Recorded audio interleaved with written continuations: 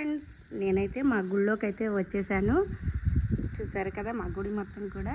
చాలా రోజులైంది ఫ్రెండ్స్ నేను మా గుడి చూపించక మళ్ళీ మీకు. చూసారు కదా మా శివాలయం అండ్ మా ఆంజనేయ స్వామి దేవాలయం.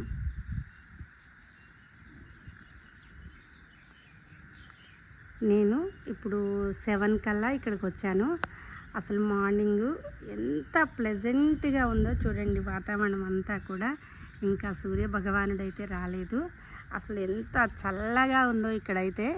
చుట్టూ కూడా పొలాలు, చూడముచ్చటగా ఉంటుంది. గుళ్ళోకి వస్తే మాత్రం పొలాల మధ్యలో ఉన్న గుడి కాబట్టి చాలా అన్నమాట. అసలు ఇక్కడికి వస్తే ఇంటికైతే వెళ్ళబుద్ధి కాదండి, అంత ప్లెజెంట్గా అనిపిస్తుంది వాతావరణం మొత్తం కూడా. చూసారా పొలాల మధ్యలో అన్నమాట. నేను మీకు పొలం ఎండులో కూడా మా గుడి ఉండదు, పొలం మధ్యలో ఉంటుంది అనమాట. ఇంకా మీకు అర్థమయ్యే ఉంటుంది నేను పొలం మధ్యలో అన్నానంటే. పచ్చటి చూడండి, చక్కగా గాలి వస్తూ ఉంటే ఆ చెట్లు, నవగ్రహాలు అన్నీ ఉంటాయండి గుళ్ళో మొత్తం కూడా. సుబ్రహ్మణ్యేశ్వర స్వామి,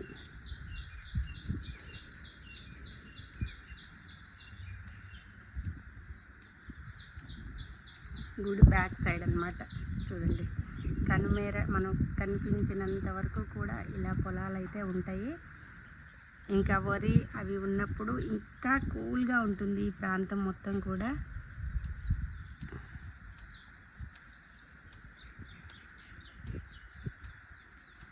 ఇలా ఎర్లీ మార్నింగ్ ఇలా మనం పొలాల మధ్యకి వచ్చి కూర్చుని సేద తీరుతుంటే అసలు ఆ ఫీలింగ్ మనం చెప్పలేమన్నమాట. అంత ఫీలింగ్ ఉంటుంది. చల్లగా ఉంది అసలు. ఎంత ఫ్యాన్లు కానీ, కూలర్లు కానీ, ఏసీలు కానీ అసలు ఏది పనికిరాదండి ఈ వాతావరణానికి. అంత ప్లెజెంట్గా ఉంటుందన్నమాట. కొద్దిసేపు అయితే ఇలా తలుపులు తీసి ఉంచాము, ఎందుకంటే లోపల వేడి ఉంటుందని చెప్పి ఇలా తలుపులు తీసి ఉంచాము. ఇంకా ఈ చుట్టుపక్కల ప్రాంతం అంతా కూడా చూసారు కదా. గుడి 4 వైపులా మీకు చూపించాను. గుడి మొత్తం మధ్యలో ఉంటుంది అన్నమాట, పొలాల మధ్యలో మా గుడి ఉంటుంది.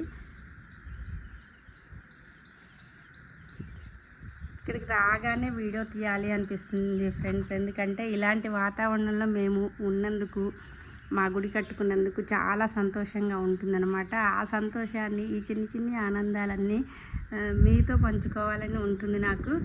మా శివయ్య చూడండి ఎలా ఉన్నాడో చూడండి, ఎంత చక్కగా ఉన్నాడో చూడండి.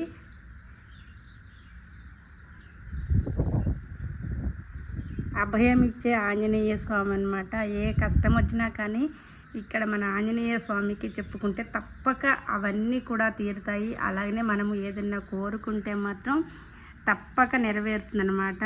అంత పవర్ ఉన్న మా ఆంజనేయ స్వామి.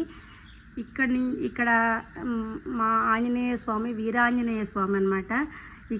ఇది వెనకటి పురాతన దేవాలయం అన్నమాట.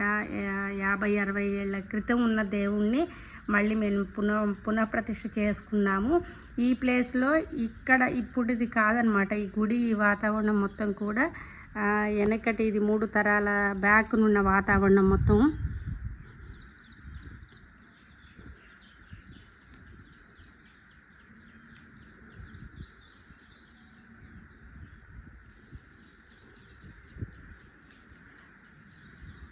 పచ్చటి చెట్లు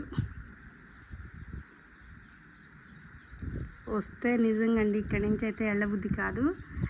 కానీ ఇక సూర్యుడు అయితే వచ్చేస్తున్నాడు. చూసారు కదా, సూర్యుడిని చూసేమో దడవాలి, చెట్లను చూసేమో ఇక్కడ ఉండాలనిపిస్తుంది.